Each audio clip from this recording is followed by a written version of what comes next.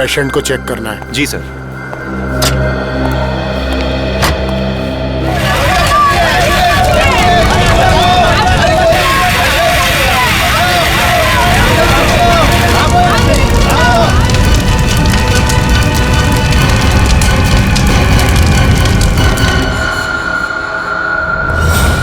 आइए सर, मैंने ही आपको फोन किया था। ये सब हुआ कैसे?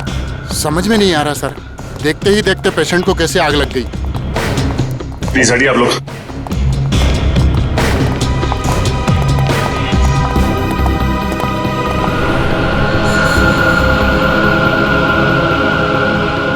कल साहब, जिस वक्त ये आग लगी उस वक्त कोई और भी था कमरे में? नहीं सर, कोई नहीं था। मिस्टर अंश के बॉडीगार्ड बाहर ही पहरा दे रहे थे। हाँ सर, अरे इनके आने से पहले साहब अच्छे खासे लेटे हुए थे, लेकिन जैसे उन्होंने दरवाजा खोला अचानक आग लग गई। ऐसा कैसे हो सकता है? जब कमरे में कोई था ही नहीं तो फिर आग किसने लगाई? अपने आप लग गई आग? है? ये शॉर्ट सर्किट का चक्कर भी नहीं लगता, लेकिन ये आग जैसी भी लगी हो, हम इसका पता कर कर ही रहेंगे। अंश, अंश,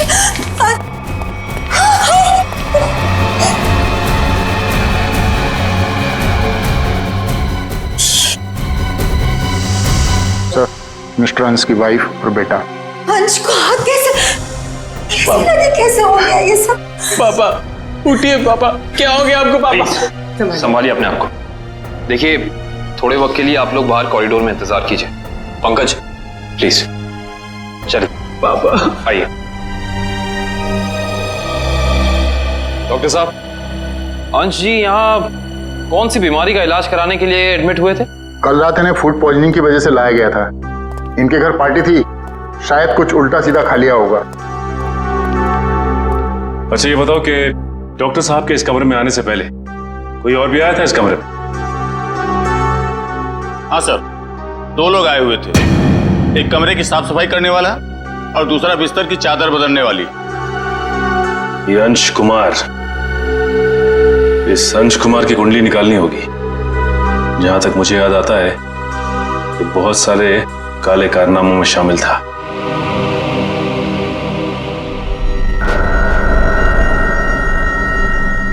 पंकज, रिधिमा और अंकित को घर भेज दिया? हाँ सर, बहुत रो रहे थे बेचारे।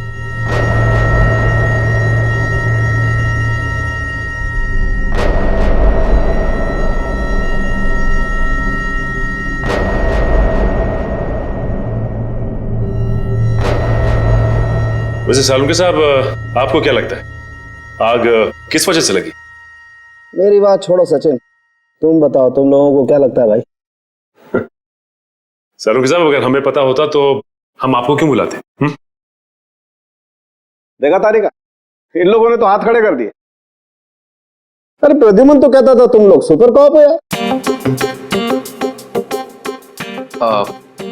सर, हम तो सिर्फ तहकीकात कर सकते हैं, अंदाजा लगा सकते हैं, लेकिन इस साइंस के मास्टर तो आप ही हैं ना। तो ठीक है, अंदाजा क्या लगाते हो वो अंदाजा ही बता दो यार। सर, हमें ऐसा लगता है कि ये चिंगारी लगाने वाला कोई इंसान नहीं, बल्कि कोई वस्तु, कोई चीज है। हो सकता है, देखते हैं।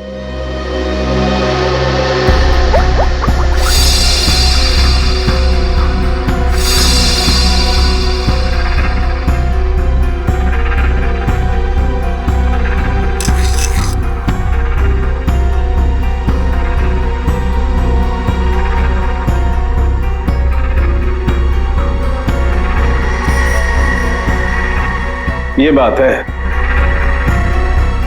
क्या बात है सर? अंश की इस चमड़ी के टुकड़े पर मुझे 2 किस्म के केमिकल मिले। एक का नाम कोजू और दूसरे का चिलिंगफी। कोजू और चिलिंगफी? ये केमिकल के नाम या कोई चाइनीज रेस्टोरेंट के? पंकज, मजाक में। और ये दोनों केमिकल जब आपस में मिल जाते हैं तो एक तीसरा केमिकल बनता है जो बहुत ही आसानी से आग पकड़ लेता है अगर उसे एक निश्चित मात्रा से ज्यादा ऑक्सीजन मिल जाए तो। और जैसे ही डॉक्टर साहब ने इस कमरे का दरवाजा खोला, यहां का ऑक्सीजन लेवल बढ़ गया और अंश का शरीर खुद ब खुद जलने लगा। इसका मतलब अंश की बॉडी पे ये केमिकल हॉस्पिटल के किसी अंदर वाले ने लगाया है। अंदर वाले ने। देखिए, आप बेवजह हम पर शक कर रहे हैं। हम भला अपने मरीज की जान क्यों लेंगे? डॉक्टर साहब, हम भी यही जानना चाहते हैं कि आपने किसके कहने पे वो केमिकल अंश की बॉडी पे लगाया। देखिए, मैंने मिस्टर अंश को छुआ तक नहीं। मैं तो एक एक दवाइयां उनके बॉडीगार्ड के सामने देता था। अगर आपने नहीं छुआ तो किसने किया है? किसने स्पंजबात दिया उसे? देखिए, मिस्टर अंश यहाँ पर फूड पॉइजनिंग के इलाज के लिए आए थे, तो स्पंजबात देने का तो सवाल ही नहीं उठता। मैं कह रहा हूं ना कि हम में से किसी ने भी उनकी बॉडी के ऊपर कोई केमिकल नहीं लगाया। अच्छा, तो आप ये कहना चाहते हैं कि डॉक्टर सालुंके गलत कह रहे हैं? जी नहीं, मैं ये बिल्कुल नहीं कह रहा हूं। मैं सिर्फ इतना कह रहा हूं कि मैंने या मेरे किसी भी स्टाफ ने उनकी बॉडी के ऊपर कोई केमिकल नहीं लगाया है। 2 लोग आए हुए थे, एक कमरे की साफ सफाई करने वाला और दूसरा बिस्तर की चादर बदलने वाली। माय गॉड, कहीं वो केमिकल उस चादर पे तो नहीं लगा हुआ था जो अंश के कमरे में बिछी हुई थी? डॉक्टर साहब, ये सारी बेडशीट कहाँ रखी जाती? देखिए सर, यहाँ पर सारे रूम नंबर्स लिखे हुए हैं और उस कमरे के रूम के अनुसार वहाँ की बेडशीट और बाकी का सामान रखा हुआ है। सर, ये अंश के रूम का लॉकर है।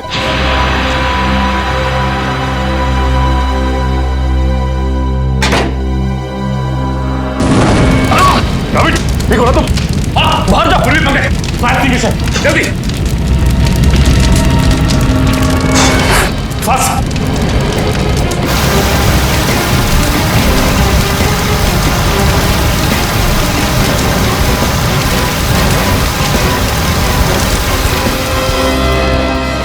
काबिल लगता है थोड़ा केमिकल रह गया था इसमें। सही कह रहे हो सचिन, अब तो इस लॉकर को बाहर निकालना ही पड़ेगा। आप लोग प्लीज थोड़ा पीछे रहिए।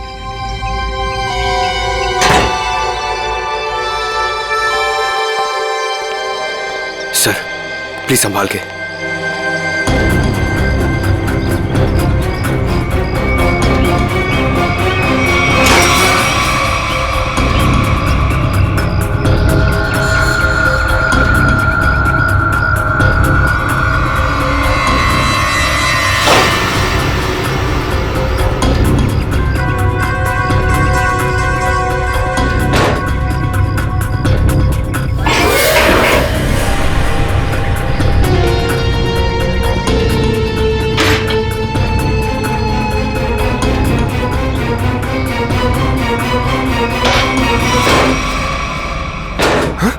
सर, ये क्या? आपकी बार तो आग ही नहीं लगी। क्या बोल रहे? आग सिर्फ इसमें लगी।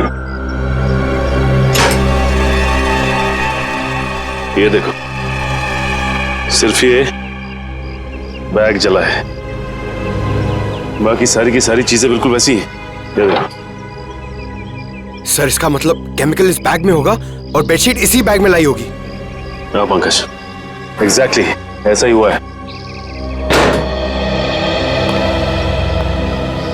डॉक्टर साहब, ये वही लेडी है ना जिन्होंने अंश के कमरे में वो चादर बिछाई थी? जी सर, शीला।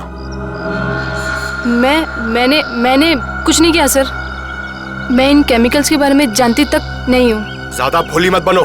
अंश के कमरे की चादर तुमने ही बदली थी ना? बदली थी, मगर क्या? एक औरत ने मुझे 50,000 रुपए दिए थे और कहा था अंश साहब के कमरे में ये चादर बदल देना। उसने आपको पैसे दिए और आपने पैसे ले लिए? एक बार भी नहीं सोचा कि इसके पीछे उसका मकसद क्या है? मुझे क्या पता था साहब, कोई ऐसे तरीके निकालेगा किसी का खून करने के लिए। उसका चेहरा पहचानती हो? स्केच बनवा सकती हो उसका? नहीं, उसने अपना चेहरा दुपट्टे से ढक रखा था। चेहरा ढका था, लेकिन कुछ तो याद होगा, कुछ तो देखा होगा। हाँ, उसके दाहिने हाथ पर एक काला सा निशान था, यहाँ पर।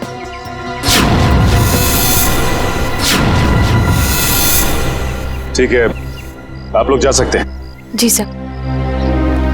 अंश को फूड पॉइजनिंग हुई उसके घर पे, जिसके बाद वो हॉस्पिटल में एडमिट हुआ। और कमाल की बात है कि हॉस्पिटल में आने के बाद वो जल के मर गया। कुछ तो गड़बड़ है।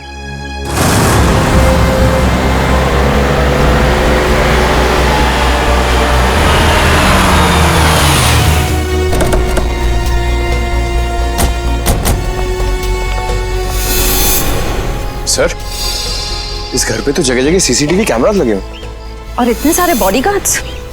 लगता है अंश जानते थे कि उनकी जान को खतरा है। राइट श्रेया, कोई ना कोई बात तो जरूर थी, वरना इतनी ज्यादा सिक्योरिटी कोई मामूली इंसान नहीं रखता। किससे मिलना है आपको? सीआईडी? अब अंदर जा सकते हैं? Thank you.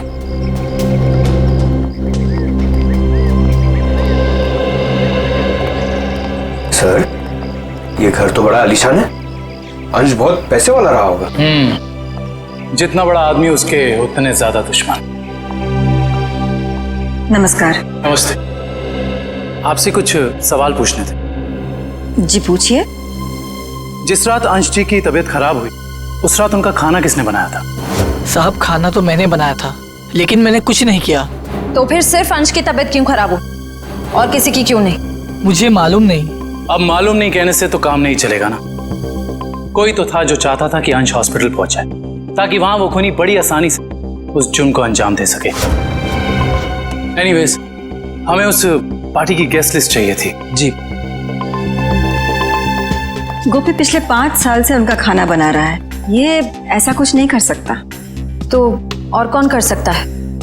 क्या आपको किसी पर शक है? शायद गगन। गगन? अच्छा, ये गगन कौन है? पापा का बिजनेस मैनेजर था। अभी कुछ दिन पहले उसे नौकरी से निकाल दिया था। पार्टी में गगन भी आया था? हाँ, मगर बिन बुलाए। हाँ साहब, गगन हो सकता है।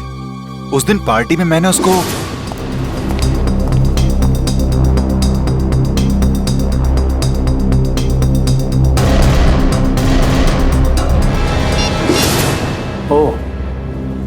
तो अंश गगन पे चिल्ला रहे थे? हाँ साहब, पर म्यूजिक की आवाज बहुत तेज थी। मैं समझ नहीं पाया कि साहब गगन को क्यों डांट रहे थे। मगर अंश ने गगन को नौकरी से क्यों निकाला था? पता नहीं, मगर जरूर कोई बड़ी बात रही होगी जो उन्होंने अपने 10 साल पुराने एम्प्लॉय को एक ही झटके में काम से बाहर निकाल दिया। गगन को नौकरी से क्यों निकाल दिया था, इसका जवाब ढूंढना होगा। क्या अंशी की मौत हो गई है? जी हाँ, और हमें शक है कि उनकी मौत में आपके पति गगन का हाथ है। ये क्या कह रहे हैं आप? गगन अपनी जान दे सकते हैं, पर वो किसी की जान लेने की कभी सोच भी नहीं सकते। सोचा नहीं, बल्कि कर दिया। बहुत ही लंबी चौड़ी प्लानिंग के साथ गगन ने अंश को हॉस्पिटल में ही जला दिया। आपको कुछ गलतफहमी हुई है, गगन ऐसे नहीं है। वो ऐसा नहीं है तो कैसा है, वो तो उनसे मिलने के बाद ही पता चलेगा। वो कब तक वापस लौटेंगे? मुझे नहीं पता। मैंने पुलिस स्टेशन में उनके गुमशुदा होने की रिपोर्ट भी लिखवाई है। कल से वो गायब है। बुरा मत मानिएगा मैडम, लेकिन मुजरिम अक्सर खून करके ऐसे ही फरार हो जाते हैं। बार बार उनको मुजरिम कह करके उनका अपमान मत करिए। अगर उनको जुर्म करना ही होता तो वो अंश जी की बात मान करके अंकित को मार ना देते। एक मिनट, क्या कहा आपने? अंश जी ने गगन को अपने बेटे अंकित का खून करने का काम सौंपा था, पर गगन ने साफ इनकार कर दिया और इसी वजह से उन्होंने गगन को नौकरी से निकाल दिया। ओह, तो इस वजह से गगन को नौकरी से निकाल दिया गया। और कोई बाप अपने बेटे को मरवाना क्यों चाहेगा? सर नहीं सर, ऐसा नहीं हो सकता। आप प्लीज कह दीजिए झूठ है। मेरे पापा मुझे मारने की प्लानिंग कभी कर ही नहीं सकते। हम जानते हैं ये बात आप लोगों के लिए काफी धक्का पहुंचाने वाली है। गगन की पत्नी झूठ बोल रही है। अपने पति को बचाने के लिए कुछ भी मनगढ़ंत कहानी बना रही है वो। अंश जैसा पिता अपने इकलौते बेटे को मारने की कैसे सोच सकता है?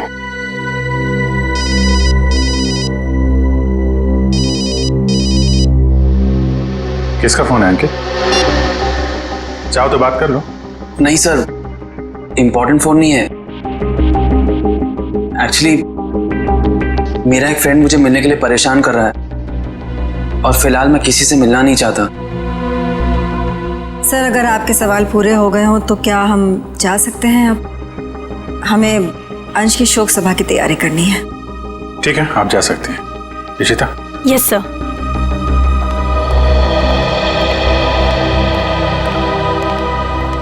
सर, जब अंकित का फोन बज रहा था तब उसका रवैया कुछ अजीब सा नहीं हो गया? लग तो रहा था कुछ छुपा रहा है। नजर रखो इस पे।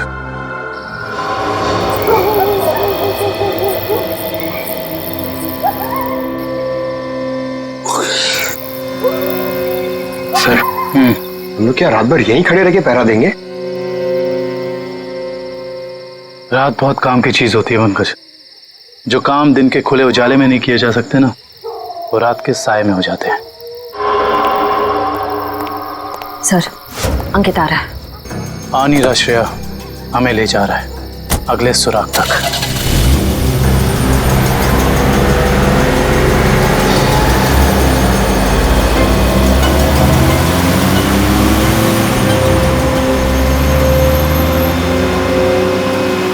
Let's go.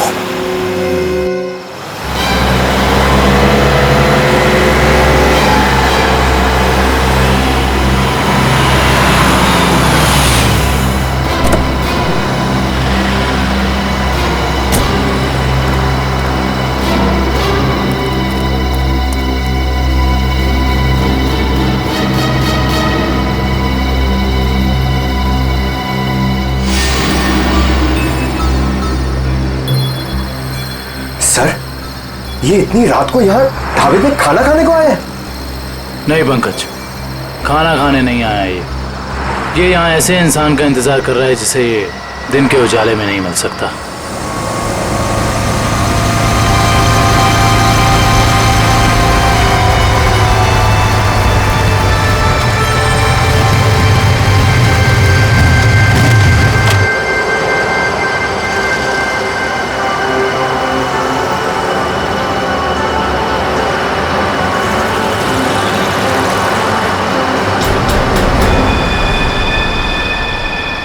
सर, मैंने तो सोचा ये लड़का होगा, ये तो लड़की निकली।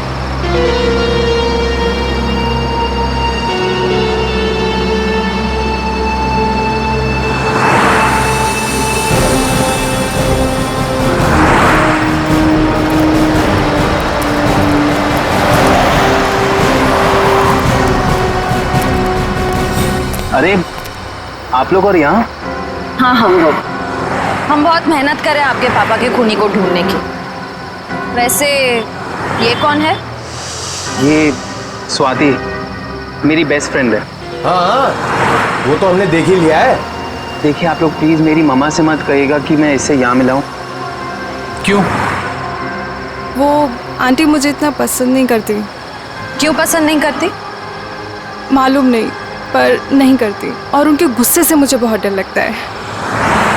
ठीक है, नहीं बताएंगे।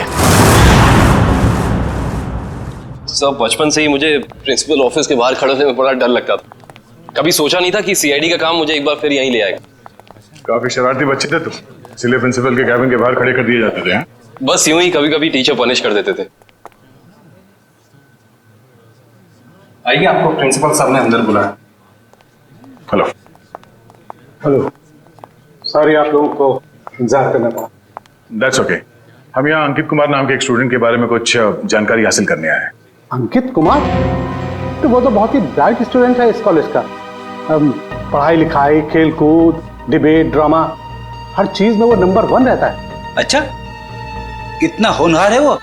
हाँ, बल्कि इस बार कॉलेज का स्टूडेंट ऑफ ईयर अवार्ड भी तो उसे ही मिला है। ये देखिए, ये नहीं उसकी फोटो। इसमें अंकित कुमार कहाँ है? यही तो है। ये नहीं, आपको कोई गलतफहमी हो रही है। हम लोग अंश कुमार के बेटे अंकित कुमार के बारे में बात कर रहे हैं। हाँ हाँ, यही तो है, अंश कुमार और रिद्धिमा का बेटा। सर, अगर ये असली अंकित है तो फिर वो कौन है? जो कोई भी है, उसके इरादे ठीक नहीं है, और रिद्धिमा जी ने हमें उसके बारे में बताया क्यों नहीं? रिद्धिमा जी कहाँ हैं? मैडम अपने कमरे में हैं। आइए।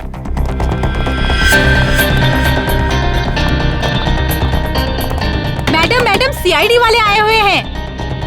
मैडम। रिद्धिमा जी।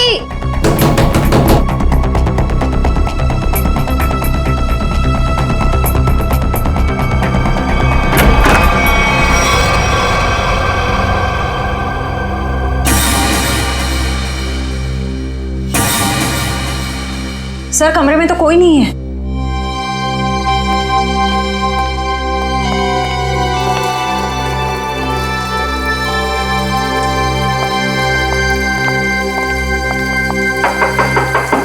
रिद्धिमा जी,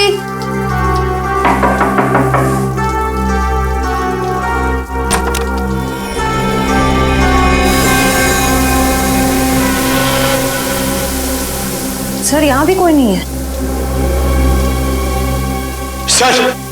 सर ये देखिए, सर यहाँ पे खून भी लगा हुआ है।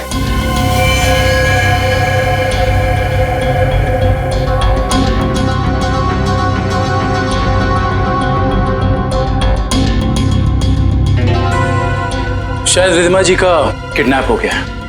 इन टुकड़ों को देख के तो यही लगता है कि उनकी किडनैपर के साथ हाथापाई हुई होगी। अंकित कहाँ है? बुलाओ उसे।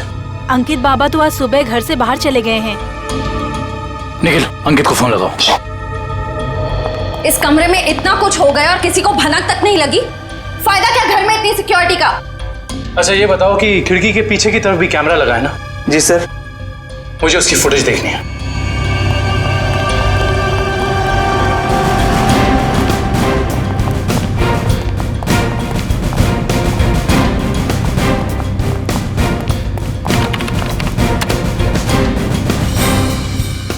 सॉरी सर, लगता है कैमरा 2 घंटे से बंद है। मतलब जरूर तुम में से ही किसी का काम है ये, जिसने गुनाह करने से पहले कैमरा बंद कर दिया। सर हम ऐसा क्यों करेंगे? कोई बाहर वाला यहाँ आके कैमरा बंद नहीं कर सकता। ये किसी अंदर वाले का काम है, समझे तुम? यस सर, अंकित का फोन बंद आ रहा है। कहीं इस सब के पीछे अंकित का हाथ तो नहीं है?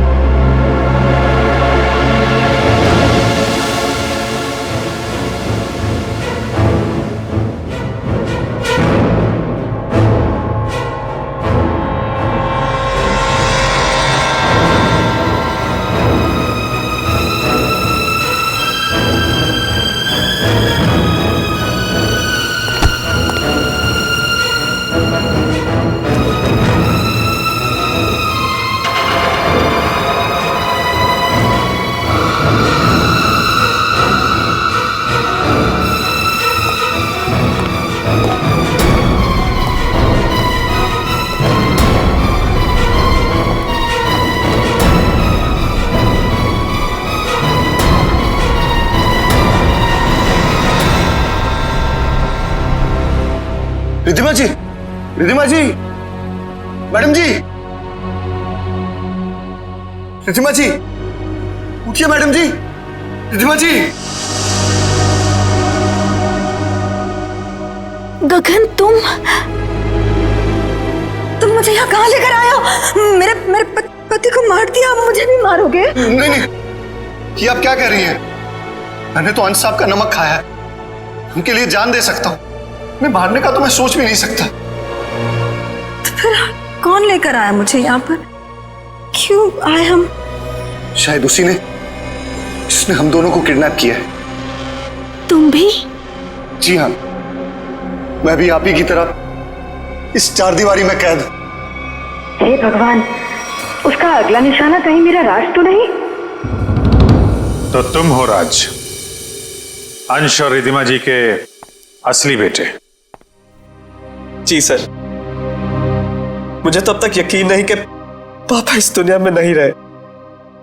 रब्बी ने तो मुझे इस बारे में कुछ बताया तक नहीं। लेकिन रिद्धिमा जी ने ये बात छुपाई क्यों तुमसे? उसी वजह से जिस कारण से उन्होंने मुझे दुनिया से छुपा कर रखा और अंकित को अपना बेटा बना लिया। लेकिन ऐसी भी क्या वजह थी जिसने एक माँ बाप को अपने बेटे से दूर कर दिया? सर आप तो सीआईडी वाले, आपसे तो कुछ बात छिप नहीं सकती। अपने खानदानी बिजनेस को आगे बढ़ाने के लिए मेरे पापा ने कुछ गैर कानूनी काम किए हैं। जी हाँ, जैसे रिश्वत देना, करप्शन को बढ़ावा देना, गैर कानूनी बिल्डिंग्स बनवाना और कभी कभी गैंगस्टर्स की मदद करना। सर मुझे कहते हुए बहुत शर्मिंदगी है कि मेरे पापा इस देश के अच्छे नागरिक नहीं बन सके और वो बहुत ही अच्छे पिता थे। इन गैंगस्टर से बचाने के लिए उन्होंने मुझे दुनिया से छुपा कर रखा। तो तुम्हारी सुरक्षा के लिए उन्होंने तुम्हें खुद से दूर कर दिया और गोद ले लिया अंकित को, ताकि कभी कोई तुम्हारे परिवार को नुकसान पहुंचाता तो निशाने पे अंकित होता, तुम नहीं। एग्जैक्टली। और जब ये बात अंकित को पता चली, उसका रवैया कुछ उखड़ सा गया। उसने मम्मी पापा की इज्जत करना बंद कर दिया। पिछले कुछ दिनों से तो वो पापा को ब्लैकमेल कर रहा था कि अगर उसे प्रॉपर्टी का आधा हिस्सा नहीं मिला तो वो ये राज पूरी दुनिया को बता देगा। सर हो सकता है शायद इसी वजह से अंश ने अंकित को मारने के लिए गगन से कहा। हाँ सर, हो सकता है कि गगन की वाइफ सच कह रही है। हो सकता है, और ये भी हो सकता है कि रिधिमा जी की किडनैपिंग में उनके गोद लिए हुए बेटे अंकित का ही हाथ हो। सर प्लीज मेरी मम्मी को बचा लीजिए। मैं पहले ही अपने पापा को खो चुका हूं, मम्मी को नहीं खोना चाहता। घबराओ मत, कुछ नहीं होने देंगे मेरी रिधिमा जी को। अंकित के पोस्टर पूरे शहर में लग चुके हैं, कोई ना कोई उसे जरूर देख लेगा। हेलो, कहाँ? चिंचोली क्रॉसिंग? आप कौन बोल रहे हैं? हेलो हेलो सर, गुमनाम कॉल आया, कह रहा था कि चिंचोली क्रॉसिंग पे हम लोग को जरूरी बात करनी है। जरूरी बात करनी है? फिर तो मिलना पड़ेगा।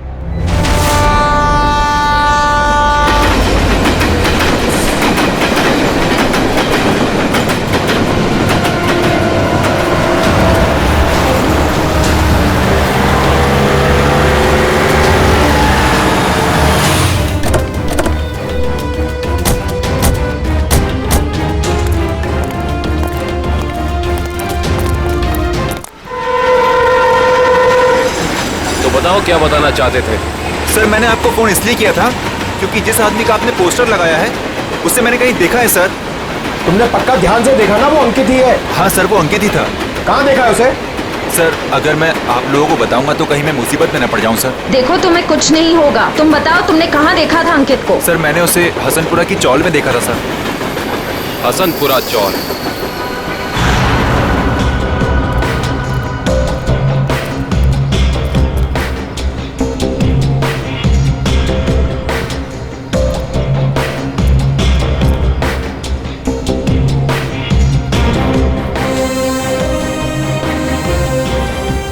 इधर रहता है। इधर? हाँ।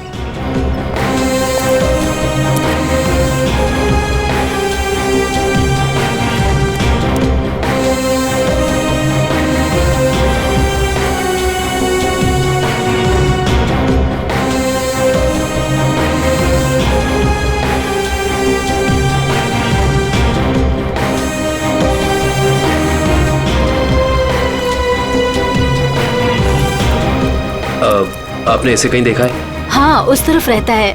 Thank you. सर पता चल गया, अंकित उस घर में आता जाता था। Sir sir sir sir sir बहुत मुश्किल हुई सर, लेकिन मैंने पता कर लिया है, अंकित इसी घर में आता जाता था, ये घर में। पंकज, हम सबको पता है। अब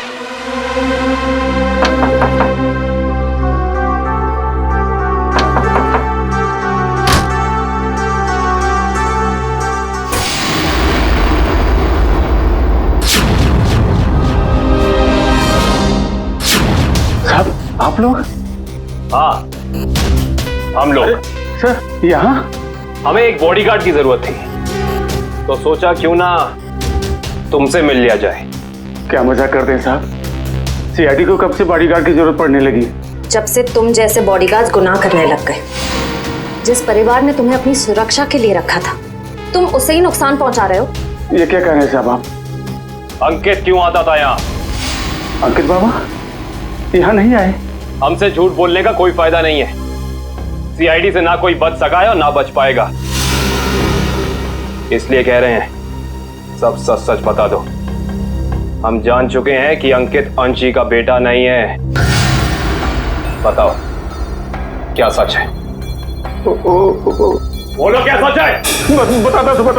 बताता हूँ। दरअसल में अंकित का असली बाप मैं हूँ। तुम? हाँ, अंश साहब मेरे बेटे को गोद लेना चाहते थे और मैं भी अपने बेटे के सुनहरे भविष्य के लिए उन्हें मना नहीं कर सका। मगर तुम्हारे अंकित ने जिस थाली में खाया उसी में छेद किया। पहले अंश को मार डाला, फिर रिद्धिमा को किडनैप कर लिया। नहीं साहब, मेरा बेटा ऐसा नहीं कर सकता। मैं उसे अच्छी तरह जानता हूँ। अगर ऐसा है तो हम अंकित को कुछ नहीं होने देंगे, लेकिन अब हमें साफ साफ बताओ ये अंकित हमें मिलेगा कहाँ? अंकित अपने दोस्त स्वाति के साथ है, ग्रीन सी लॉज में। ग्रीन सी लॉज?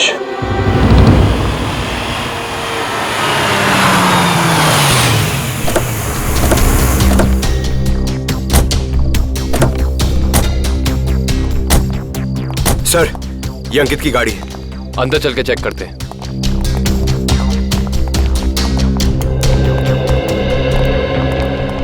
सीआईडी, उस सफेद गाड़ी में जो आए हैं वो कौन से कमरे में ठहरे हुए हैं? Room number 113। Thank you. आओ।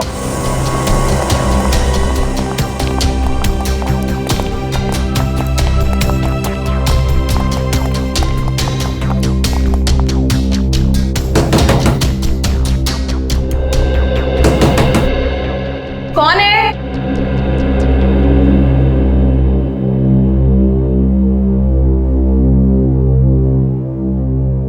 मैडम, हम रूम सर्विस से हैं। जरा खोलिए ना, चॉकलेट केक लाए हैं आपके लिए। मगर हमने तो केक नहीं मंगवाया। मैडम, वो क्या है ना, हमारे होटल का 5वीं सालगिरह है, इसीलिए हम सबको चॉकलेट केक खिला रहे हैं। आप भी खाइए ना प्लीज। सीआईडी,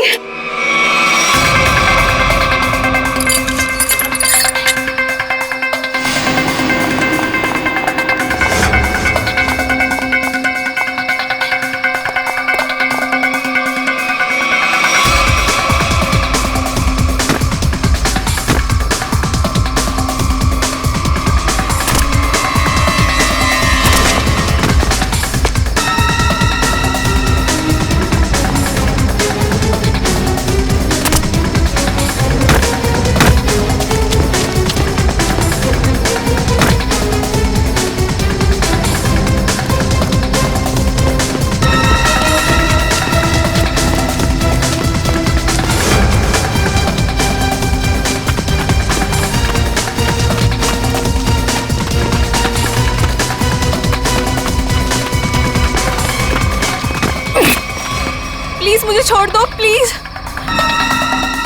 तुम वही हॉस्पिटल वाली लड़की हो? प्लीज मुझे जाने दो, मैंने कुछ नहीं किया। सीआईडी की आदत नहीं है मुजरिमों को जाने देने की। हाँ, मैंने ही पैसे दिए थे उस लड़की को ताकि वो केमिकल वाली बेडशीट अंश के बेड पे बिछा सके। किसके कहने पे किया था तुमने ये? अंकित के।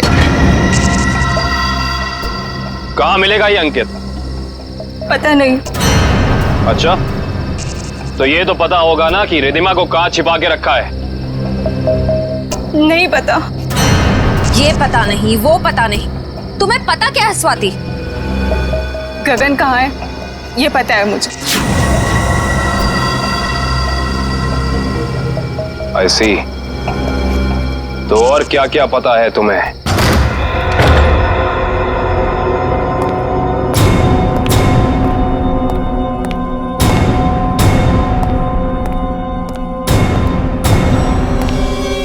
Hi mom. Hi Gagan uncle. I hope सब ठीक तो है ना? आई मीन मेरी खातिरदारी में कोई प्रॉब्लम तो नहीं है ना? अंकित, जरूर मेरी परवरिश में कुछ कमी रह गई होगी जो आज मुझे यह दिन देखने को मिल रहा है। हाँ, आपके परवरिश में कमी रह गई। बचपन से लेकर जवानी तक आप मुझे बेटा बेटा कहती रही और आज एकदम से मुझे पता चलता है कि आप मेरी माँ नहीं है। माँ हो तो आप जैसी। लेकिन मैंने तुम्हें कभी अपने बेटे से कम प्यार नहीं किया अंकित। झूठ है, ये ड्रामा है।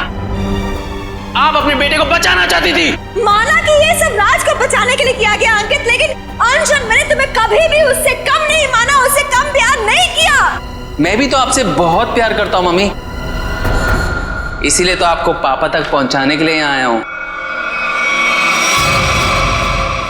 और एक टिकट के साथ दूसरी बोनस टिकट फ्री। रिद्धिमा जी, उठा लीजिए, उसके सर पे खून सवार है।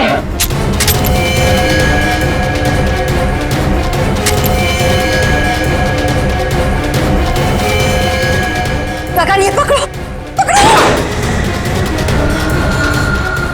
अरे शूट करो ना, गोली चलाओ ना, तो वो मार डालेगा। नहीं प्लीज, अरे मारो उसे। प्लीज नहीं, मार डालेगा हमको, मारो। गगन, व्हाट डिड यू डू? मेरे से घबराहट में गोली चल गई, वैसे मारना नहीं चाहता था।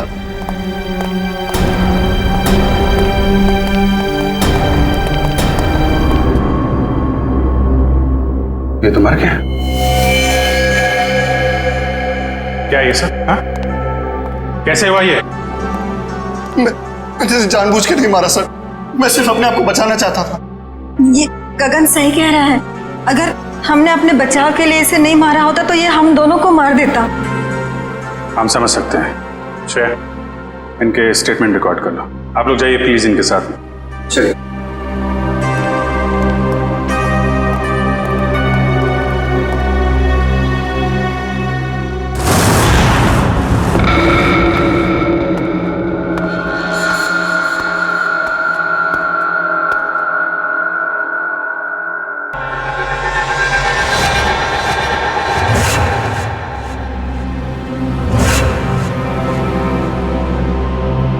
मम्मी, मम्मी, मम्मी,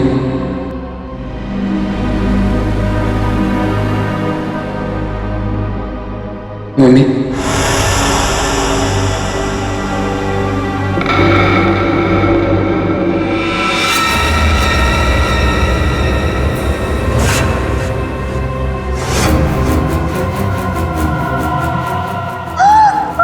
आपने मेरे साथ ऐसा क्यों किया? हमने मेरे साथ ऐसा क्यों किया मम्मी? क्यों मुझे धोखा दिया? क्यों मुझे धोखा दिया? क्यों मुझे मार दिया? क्यों मुझे मार दिया? बोलिए मम्मी, जवाब दीजिए। बोलिए मम्मी, जवाब दीजिए। क्यों किया आपने ऐसा मेरे साथ? क्यों किया आपने ऐसा मेरे साथ? क्यों हमने बेटे को मार दी? क्यों हमने बेटे को मार दिया? जवाब दीजिए मम्मी, जवाब दीजिए मम्मी। बोलिए आपने ऐसा क्यों किया? बोलिए आपने ऐसा क्यों किया? क्यों मुझे मारा? क्यों मुझे मारा? क्यों मुझे मारा? क्यों क्यों?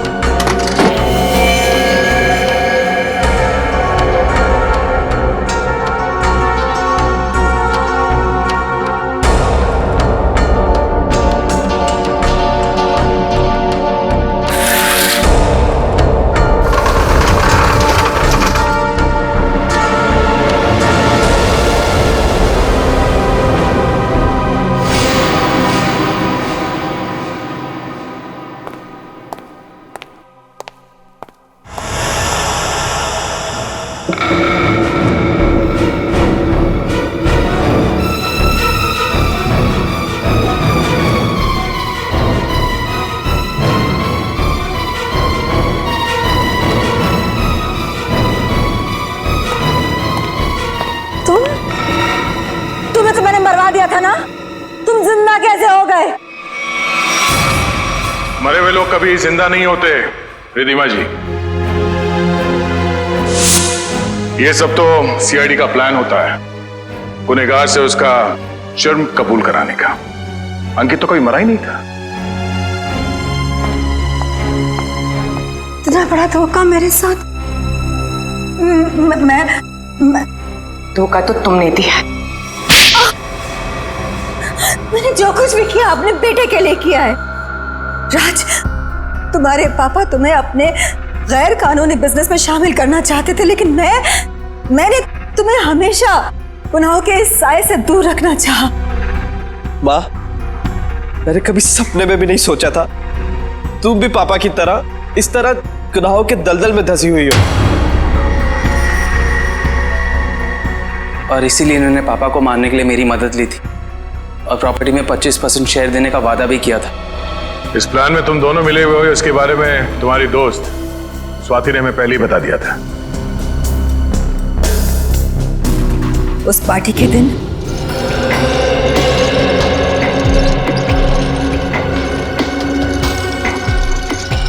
ओह माय गॉड, कितना ऑयली खाना लेकर जा रहे हो साहब के लिए?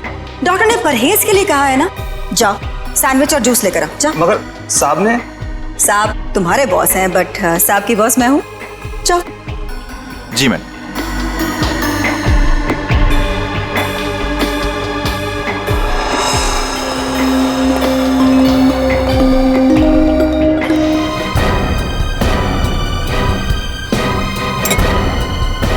गुड, तुम जाओ, मैं साहब को खाना खिला दूंगी। जी मैम। मैं कभी सोच भी नहीं सकता था कि आप ऐसा करेंगे। खुद गुनाह किया और मुझे फंसा दिया। तो और क्या करती?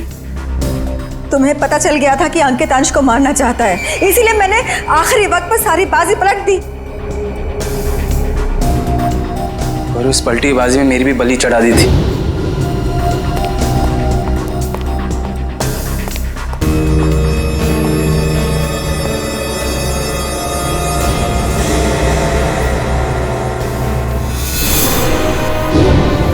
मुझे पता चला कि गगन को तो पूरी सच्चाई पता ही नहीं है। उसे तो यही नहीं पता कि अंश की मौत में मेरा हाथ है, इसलिए मैंने सारा इल्जाम अंकित पर डाल दिया। राज, मैंने ये सब तुम्हारे लिए किया बेटा। गुनाहों पे ममता की चादर ओढ़ देने से तुम्हारे पाप धुल नहीं जाएंगे मैडम।